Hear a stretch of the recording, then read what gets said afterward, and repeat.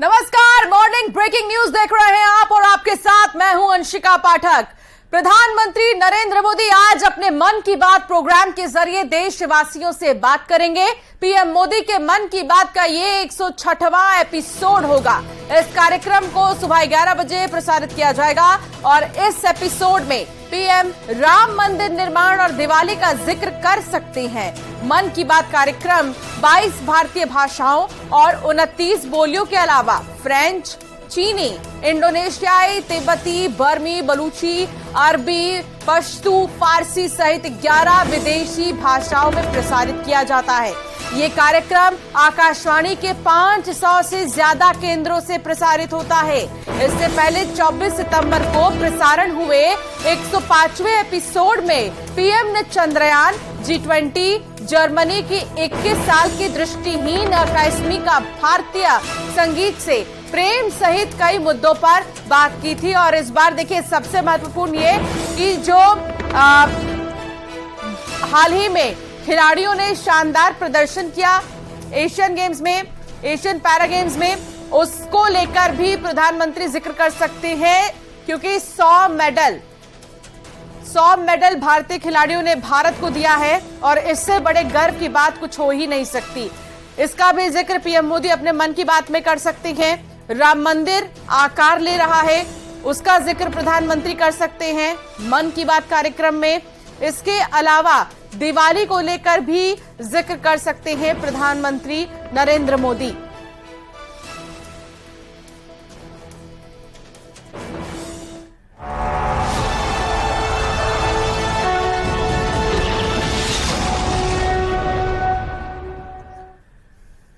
और अब बात महासंग्राम 2023 की होगी। केंद्रीय गृह मंत्री अमित शाह मिशन एमपी को लेकर आज खजुराहो, रीवा और उज्जैन के दौरे पर रहेंगे। चुनावी गणित और समीकरण को लेकर भी शाह आज बैठक करेंगे।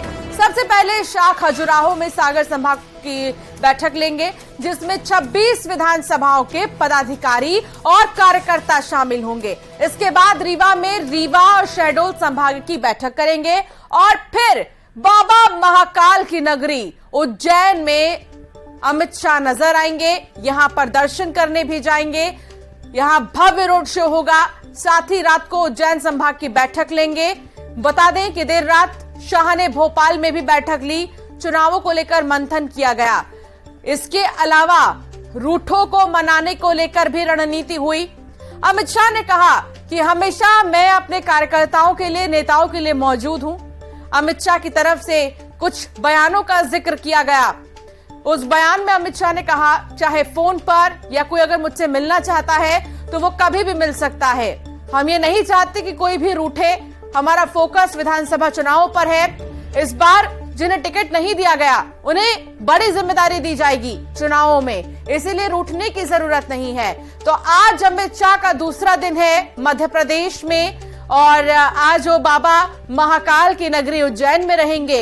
यहाँ पर महाकाल भी वो जाएंगे और साथ ही दर्शन भी करेंगे। उसके बाद रोड शो होगा अमित शाह का जिसमें कि बीजेपी के पक्ष में माहौल बनाने की कोशिश होगी। कई नेता इस रोड शो में आपको नजर आएंगे, कई कार्यकर्ता इस रोड शो में आपको नजर आएंगे।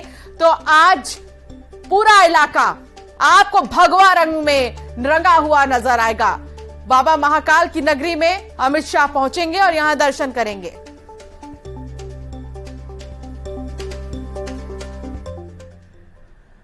वहीं दिग्विजय सिंह ने कमलनाथ के साथ अनबन की खबरों को भ्रामक बताया। दिग्विजय सिंह ने ट्विटर पर कहा बीजेपी की गुटबाजी चरम पर है।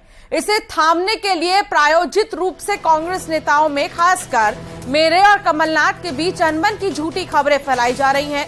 कांग्रेस का हर एक नेता भाजपा को हराने के लिए एकजुट और संकल्पबद्ध है।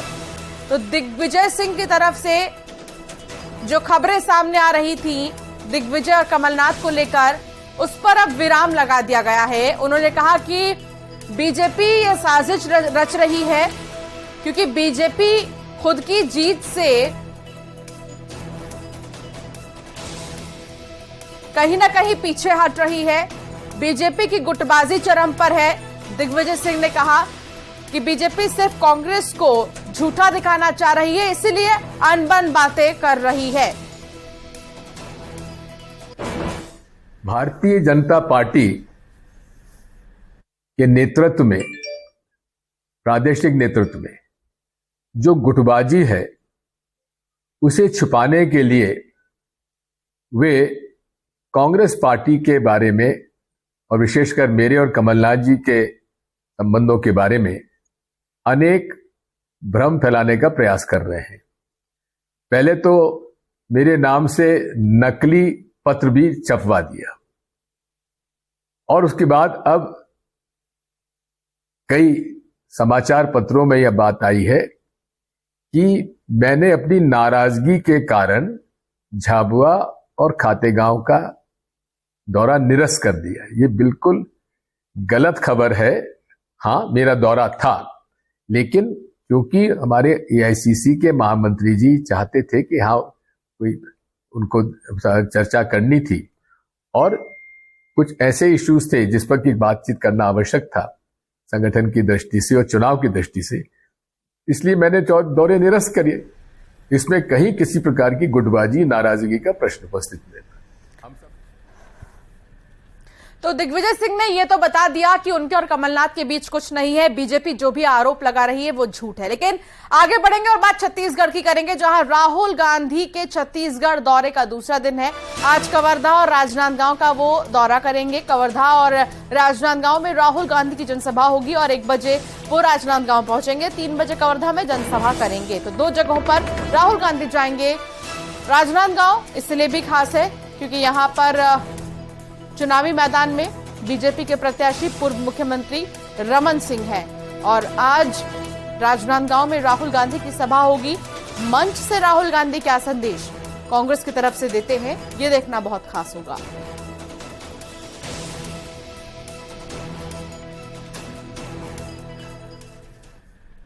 बीजेपी के राष्ट्रीय अध्यक्ष जेपी नड्डा के छत्तीसगढ़ दौरे का दूसरा दिन है। जेपी नड्डा आज कार्यकर्ताओं की बैठक लेंगे। इसके अलावा वो मन की बात कार्यक्रम में अमलीडीह में शामिल होंगे। दिग्गज नेता डोंगरगढ़ और पंडरिया में सभा को संबोधित करेंगे। आज चंद्रपुर में भी नड्डा बीजेपी के पक्ष में माहौल बनाएंगे। तो बीजेपी के पक्ष में लगातार बड़े चेहरे नजर आ रहे हैं माहौल बनाने के लिए। स्टार प्रचारकों की लिस्ट में जेपी नड्डा का नाम है और वो लगातार छत्तीसगढ़ में ही मौजूद हैं। आज उनका दूसरा दिन है।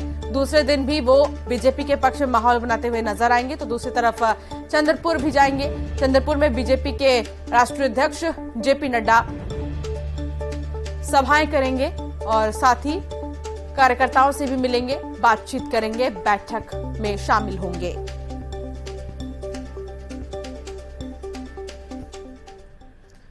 बात अंबिकापुर की करेंगे, जहां शॉल से भरे 300 थैले बरामद किए गए हैं।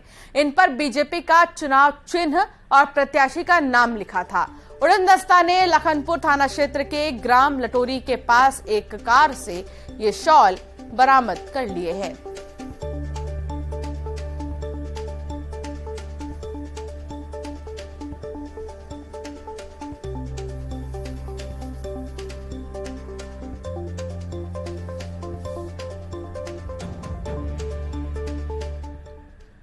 बात नरसिंहपुर की करेंगे, जहां ढिक्सरा गांव में 2 पक्षों में किसी बात को लेकर जमकर विवाद हो गया। देखते ही देखते विवाद इतना ज्यादा बढ़ गया कि गोली तक चलने लगी। घायल हो गया है एक युवक। मामले की सूचना एएसपी को दी गई है। घायल को अस्पताल में भर्ती भी किया गया है। आपसी विवाद में गोली चल गई, जिससे तनावपूर्ण माहौल यहां पर देखने को मिला। फिलहाल पुलिस इस पूरे मामले की जांच में जुट गई है। सिंह नाम का एक व्यक्ति है, उसने बताया उसके ही गांव के 3 लोग हैं जिनने हमारे ऊपर कट्टे से फायर किया है। थाना साईंखेड़ा पुलिस ने अपराध दर्ज कर लिया, आरोपी की तलाश की। सर, विवाद की कुछ जड़ पता लगा? और रास्ते को निकलने के लिए विवाद था, अन्य कोई बात जानकारी नहीं। खरगोन के बड़वा में एक सरफिरे ने पत्नी के सामने ही पति को मौत के घाट उतार दिया। आरोपी ने चाकू से हमला कर पति को मार डाला, फिर मौके से फरार है। आनन फानन में घायल पति को अस्पताल में भर्ती किया गया। उसने इलाज के दौरान दम तोड़ दिया। मृतक की पत्नी का कहना है कि आरोपी कई दिनों से उसे ब्लैकमेल कर जान से मारने की धमकी दे रहा था। फिलहाल पुलिस ने आरोपी को गिरफ्तार कर लिया है। आरोपी पत्नी को गिरफ्तार कर लिया गया है। घर में घुसकर मौत के घाट उतारा पत्नी ने पति को।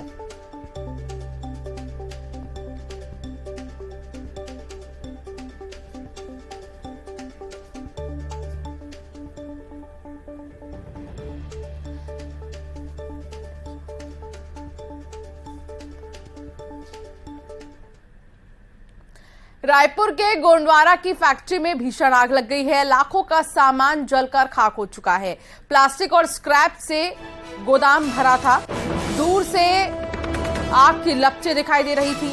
आग पर हालांकि काबू पा लिया गया है और किसी भी तरह की जनहानि नहीं हुई है।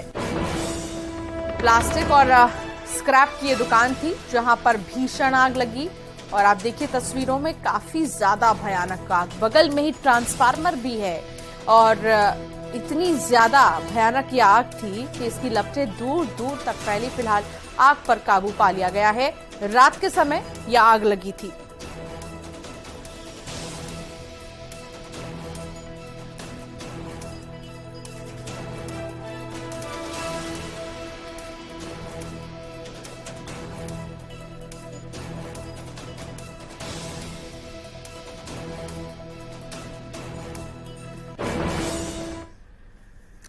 ठगी करने वाली ये गैंग नई है जिसका खुलासा जरूर देखिए, क्योंकि ये ओटीपी नहीं पूछता बल्कि एक फॉर्म भरवाता है, वो भी ऑनलाइन।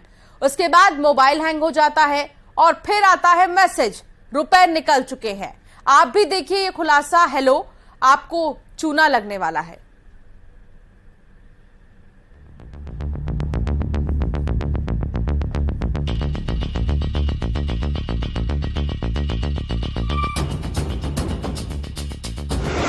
इस गैंग को न ओटीपी की दरकार। ठग अब भरवा रहे हैं ऑनलाइन फॉर्म।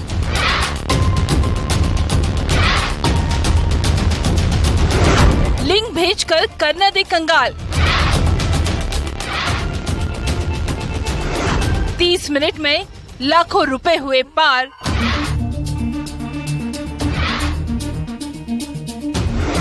हेलो, आपको चूना लगने वाला है। अब ओटीपी की कहानी पुरानी हुई।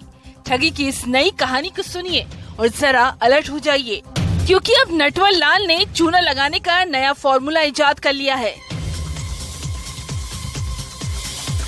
ये ठग अब ऐप पर ऑनलाइन फॉर्म भरवा रहे हैं। बस लिंक भेजकर चूना लगाने की फिराक में रहते हैं। कोरबा के बालको नगर थाना इलाके का ये मामला है, जब फरियादी धनंजय प्रसाद को दोपहर में एक कॉल आया और कॉल पर जो कहा गया उसे सुनकर फरियादी ने समझदारी दिखाई, लेकिन ठग ज्यादा शातिर निकला। उस नटवरलाल ने खुद को बैंक का अधिकारी बताया था। तो बोले कि आप मोबाइल ऐप में जाइए, बैंक जाने की जरूरत नहीं है। मैं जो आपका क्रेडिट कार्ड वाले फंक्शन को टच करके ओपन कीजिए, उसमें 4 फंक्शन दिए हैं, तो कौन सा ऑन और कौन सा ऑफ है। मतलब 3 ऑप्शन ऑन है और 1 ऑप्शन ऑफ है, तो उसको भी चालू कर दो। तो फिर कुछ हुआ नहीं। फिर बोलता है मेल कर रहा, चेक कर रहा हूँ, अभी तो आपका क्लोज हुआ नहीं है। शातिर ठग ने कॉल करके खुद को बैंक का अधिकारी बताया था, जिसने फरियादी को ये झांसा दिया कि क्रेडिट कार्ड का चार्जेस चालू है, उसे तुरंत बंद कराएं, नहीं तो हर महीने 1700 रुपए कटेंगे। फरियादी धनंजय ने ये कहा कि वो बैंक जाकर बंद करवा देगा। बस ये बात सुनकर ठग के होश जरूर उड़े होंगे, लेकिन उसने पीछा करना नहीं छोड़ा। 10 मिनट बाद फिर कॉल लगाया। जिस बैंक में फरियादी का अकाउंट था, उसके ऐप से संबंधित कुछ सवाल पूछे। हमको डाउट हुआ तो हमारे अकाउंटेंट कंपनी के हैं, उनको मैं बोला, उनसे उन्होंने कंफर्म किया कि फ्रॉड थोड़ी है। तो उन्होंने बोल दिया कि कस्टमर केयर वाले होंगे, तो वो ये सब जाके कुछ पूछते हैं ये और है कि नहीं है। तो इधर भी ये भी श्योर हो गए। फिर उसके बाद उसने एक लिंक भेजा, लिंक फिलअप किए, जब तक वो पूरा मोबाइल हैंग हो गया आधा पौन घंटा के लिए। फिर उससे ऐसे हैंग टूटा तो फिर मेरा मेन बैलेंस चेक करता हूँ तो 3,05,517 रुपये कट गए। सवाल है कि क्या ये ठग की चाल थी? अब फरियादी ने अपने किसी कुलीग को कॉल किया उसने बैंक वालों को कॉल किया। फरियादी के मुताबिक बैंक से किसी ने ये कहा कि कस्टमर केयर का नंबर होगा। इस पर फरियादी श्योर हुआ कि ये किसी ठग गैंग का कॉल नहीं है और फिर जिस लिंक से फॉर्म भेजा गया था उसे जैसे ही भरा उसके बाद फरियादी का मोबाइल हैंग हो गया और फिर जब मोबाइल चालू हुआ तब तक फरियादी को 3,75,497 रुपए का चूना लग चुका था। थाने में अपराध पंजीबद्ध करके अज्ञात आरोपी के खिलाफ में जानकारी इकट्ठी की जा रही है और उसका कॉल डिटेल्स, लोकेशन वगैरह निकाला गया है और जल्द ही आरोपी को गिरफ्तार कर लिया जाएगा। शातिर ठग तरीके बदल रहे हैं, बस आपकी समझदारी ही सबसे पहला बचाव है। कोरबा से अब्दुल असलम के साथ bureau report, news 18 Madhya Pradesh Chhattisgarh. तो देखिए, प्याज की कीमतों ने एक बार फिर लोगों का बजट बिगाड़ना शुरू कर दिया। कुछ दिन पहले 10 से 20 रुपए प्रति किलो बिकने वाला प्याज फिलहाल 50 से 70 रुपए प्रति किलो बिक रहा है। खंडवा की मंडी में प्याज की आवक पर भी असर पड़ा है। आशंका यह भी है कि 100 रुपए प्रति किलो से ज्यादा तक भी जा सकता है प्राइस। तो आपके किचन का बजट थोड़ा सा डामाडोल होने वाला है, क्योंकि प्याज की कीमतें आसमान छू रही हैं। 50 से 70 रुपए अभी फिलहाल मौजूदा समय में पर किलो प्याज है, लेकिन ये 100 रुपए तक भी जा सकता है, 100 पार भी कर सकता है। इसलिए बहुत जरूरी है कि आप स्टोर करके प्याज रख लें पहले से ही लेकर।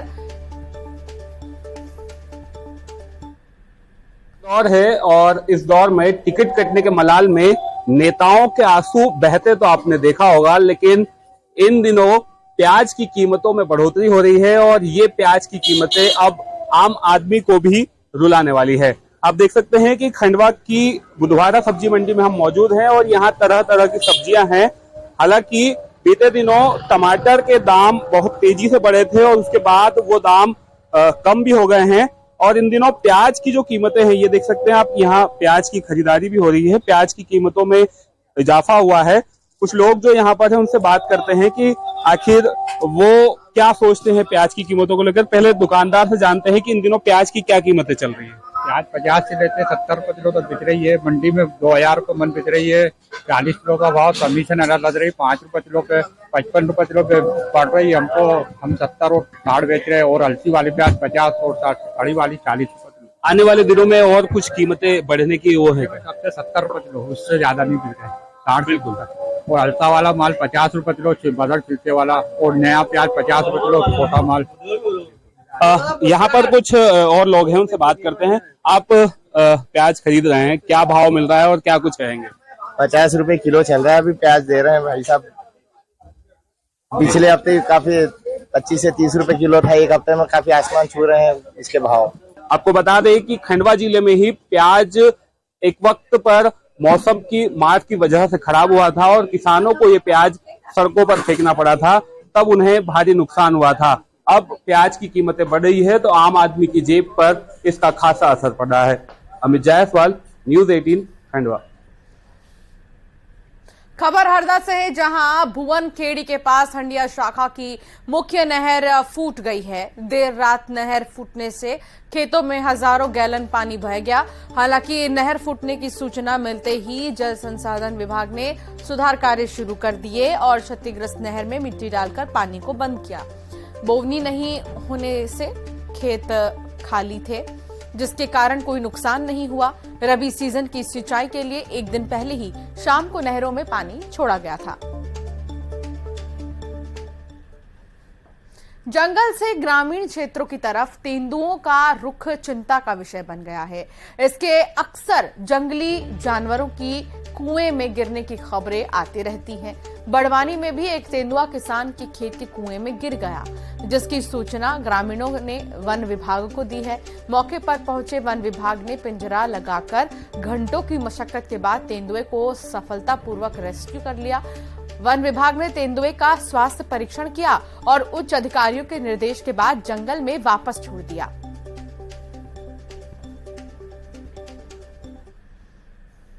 नर्मदापुरम के सतपुड़ा टाइगर रिजर्व की चूरना रेंज में मनमोहक नजारा दिखा है। यहां मां के पीछे 3 शावक चलते दिखे। फॉरेस्ट ऑफिसर ने इसे नजारे को कैमरे में कैद कर लिया और सोशल मीडिया पर वायरल कर दिया है। ये देखिए, मां के साथ ये बच्चे शावक कैसे चलते हुए नजर आए। काफी मनमोहक नजारा, जिसे पर्यटकों ने कैमरे में कैद कर लिया। फिलहाल बुलेटिन में इतना ही। आगे भी खबरें जारी रहेंगी। आप देखते रहिए News 18।